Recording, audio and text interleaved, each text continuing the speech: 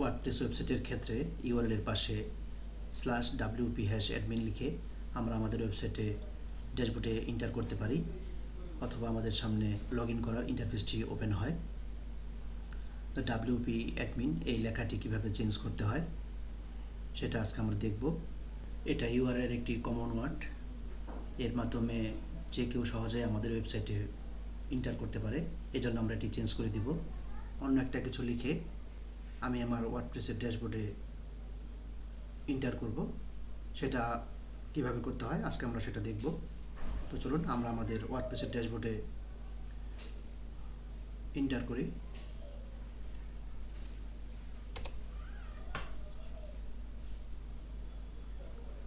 এটা আমাদের ওয়ার্ডপ্রেসের login interface. এখানে আমরা আমাদের ইউজার নেম বা ইমেল দিয়ে দিব।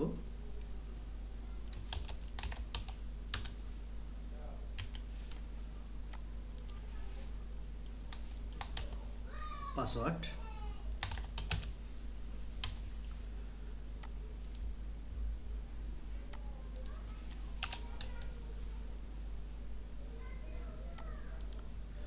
Remember me, log in,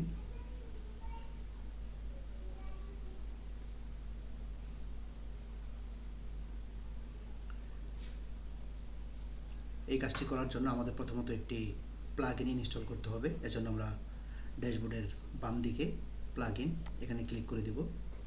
add new plugin এখানে ক্লিক করি। এখানে আমরা অ্যাড নিউ প্লাগইন এখানে ক্লিক করব। সার্চ বক্সে লিখব WPS হাইট, এন্টার বাটনে ক্লিক করি।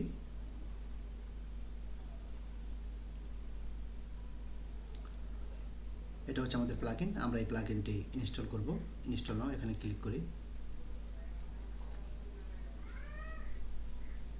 এখানে আমরা বাম দিকে ইনস্টল প্লাগইন এখানে ক্লিক করি। এখানে দেখুন প্লাগইন থেকে ইনস্টল প্লাগইন। এখানে আমরা আমাদের প্লাগইনটি দেখতে পারবো, WPS height login.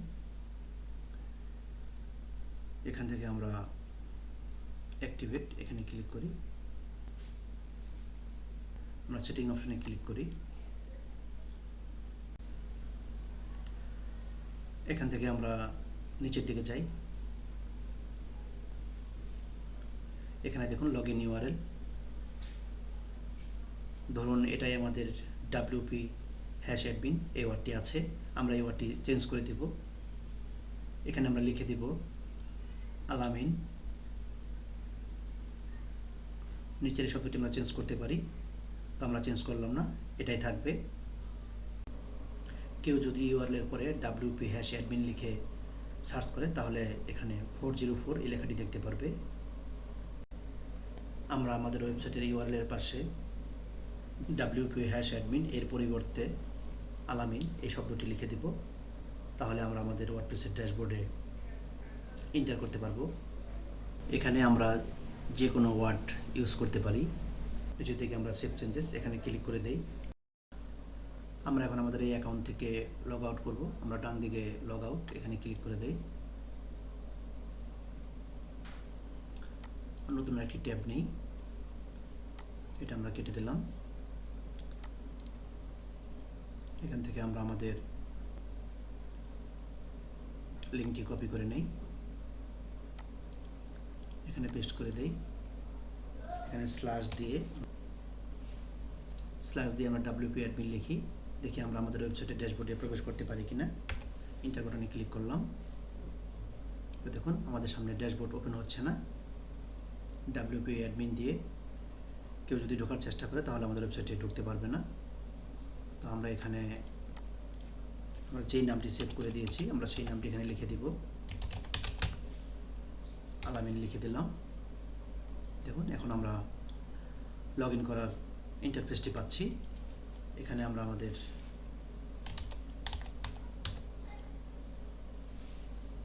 User name এবং পাসওয়ার্ড দিয়ে দিই।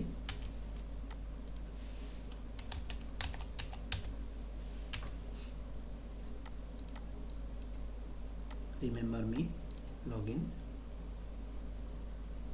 তো দেখুন আমরা আমাদের ওয়েবসাইটের ড্যাশবোর্ডে এন্টার করতে পেরেছি। এইভাবেই আমরা আমাদের লগইন ইউআরএল চেঞ্জ করতে পারি। আশা করি আপনারা এই কাজটি করতে পারবেন। সবাইকে ধন্যবাদ আমাদের ভিডিওটি দেখার জন্য।